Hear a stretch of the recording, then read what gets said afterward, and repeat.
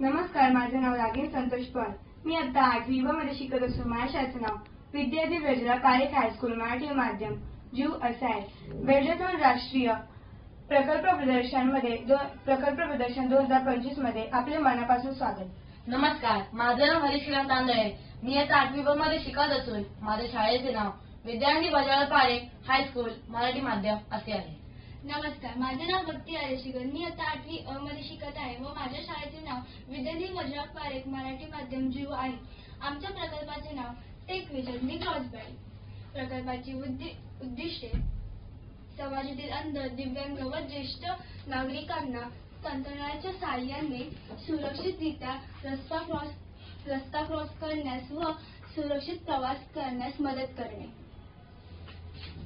प्रकल्पात लागणारे साहित्य: laptop, Arduino Uno, traffic light model, web camera, RFID sensor set, display 20x4, relay model, buzzer, 20 volt battery, servo motor, trolley, connecting wires, wooden box, charts.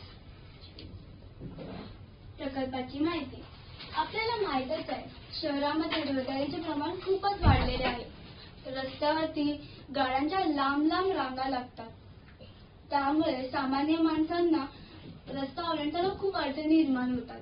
रस्त्यावरती manual देखील असतात. कधी कधी manual उघडी राहतात तर कधी चोर येऊन झाकण चोरी करून घेऊन जातात. तर पावसाच्या अतिवृष्टीमुळे रस्ता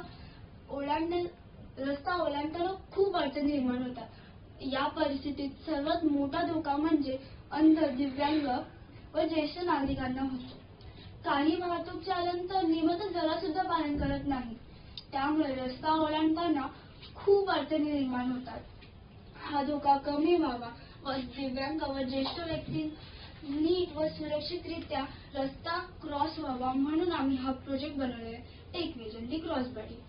प्रकल्पाची रचना: हा प्रकल्प बनवताना झेब्रा क्रॉसिंगच्या ठिकाणी दोन्ही बाजूला एक मोटर लावलेले आहे आणि दोन्ही बाजूच्या ज्या ठिकाणी मोटर लावलेला आहे त्या ठिकाणी कप्पेही लावलेले आहेत.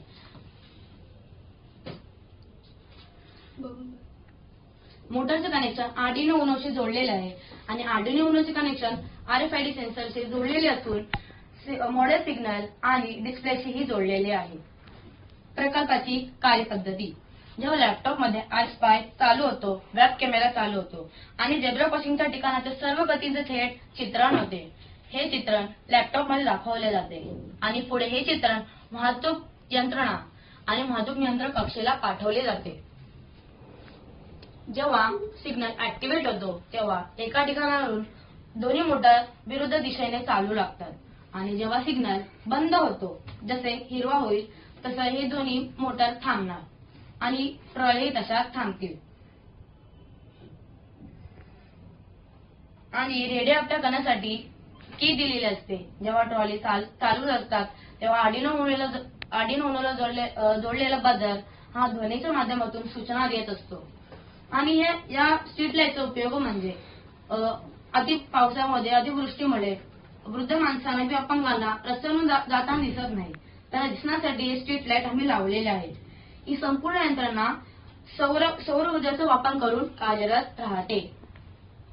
तर तुम्ही बघू शकता की माझी रागिनी मैत्रीण मॅन्युअलचे झाकण चोरी करताना इथे दिसत आहे. हे सगळे थेट चित्रण ट्रॅफिक पोलीसच्या ऑफिसमध्ये जातं व तिथे ते लोक बघतात. तर आपण पाहूया की आमचा हा प्रोजेक्ट कार्यरत कसा करतो. तर तुम्ही बघू शकता की इकडची माणसं या ट्रॉलीमध्ये बसून इथे उतरू शकतात व इकडची माणसं या ट्रॉलीमध्ये बसून इकडे उतरू शकतात व 3 सेकंडचा टायमिंग देखील असतो.